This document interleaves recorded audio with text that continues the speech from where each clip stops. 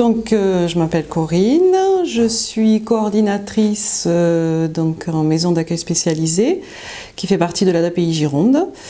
Avant d'être coordinatrice, j'ai été aussi un peu sur le terrain parce que j'ai été AMP, j'ai été monitrice éducatrice. Voilà.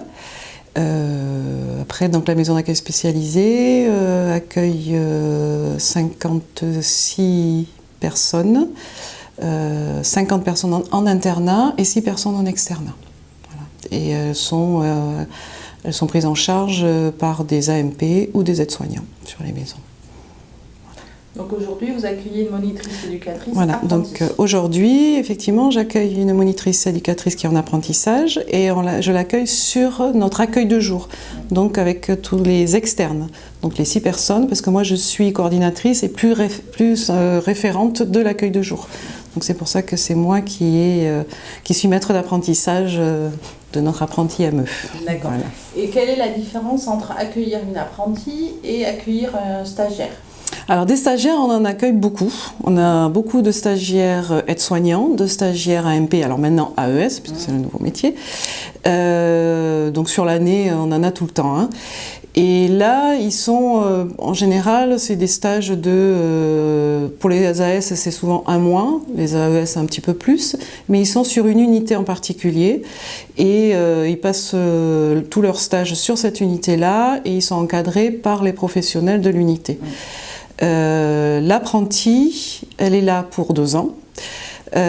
Donc pour nous, elle fait partie intégrante de l'établissement hein, parce que c'est une salariée voilà, comme les autres. Donc moi, j'ai fait en sorte qu'elle connaisse toute la structure et non pas que l'unité sur laquelle elle intervient. Donc la différence, c'est ça, c'est déjà au niveau de l'accueil, c'est au niveau des responsabilités qu'on va lui donner au fur et à mesure de sa formation.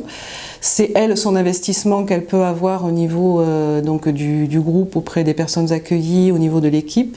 C'est vraiment quelqu'un qui fait partie de l'équipe. On la considère comme faisant partie de l'équipe, même si on sait que c'est pour une durée déterminée.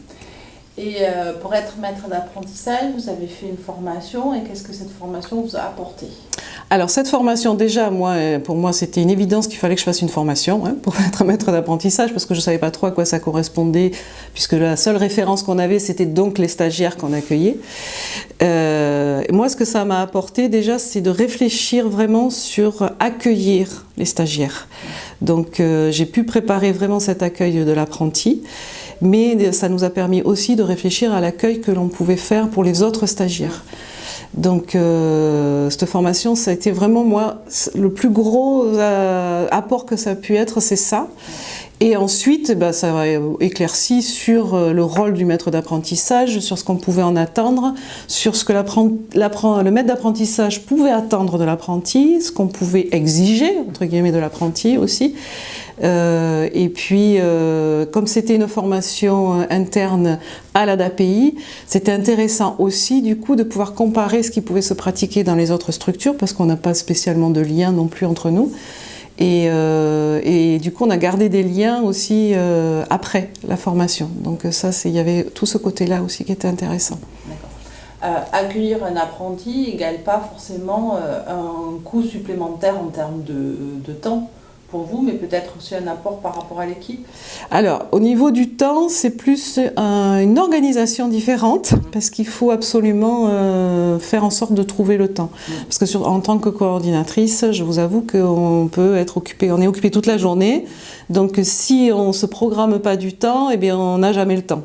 Donc voilà, c'est surtout ça, c'est cette organisation-là. Et puis moi, je dis à l'apprenti de venir aussi me chercher, ne pas hésiter, parce que bon, elle a bien compris hein, qu'il fallait parfois me dire « Oh, là, on doit se voir ». Donc voilà, ça c'est important. Après, au niveau de l'équipe, c'est important parce que, en tout cas, le début de l'apprentissage, elle a été en supplément au niveau de l'équipe. Donc ils ont pu y travailler quand même toujours à 2. Elle était en 3e position, donc ils ont pu avoir le temps aussi de lui expliquer tout le fonctionnement. Elle a pu poser les questions qu'elle voulait. Et maintenant, c'est vrai qu'au bout de quelques mois, maintenant, elle est en 2e position quand il y a besoin. Et on lui fait complètement confiance parce qu'on a pu prendre le temps de voir comment elle était, Elle a pris le temps de faire connaissance avec les personnes, avec l'équipe, et elle prend confiance, et même au niveau des réunions, elle commence aussi à pouvoir dire ce qu'elle pense de ce qui se passe, de ce qu'elle observe, etc. Si c'était à refaire, vous le referez? Oui, tout à fait. Oui, oui. Parce que pour moi, là même, je me dis qu'à la fin de ce contrat d'apprentissage, s'il y en a un autre, ça serait sans problème. Oui, tout à fait.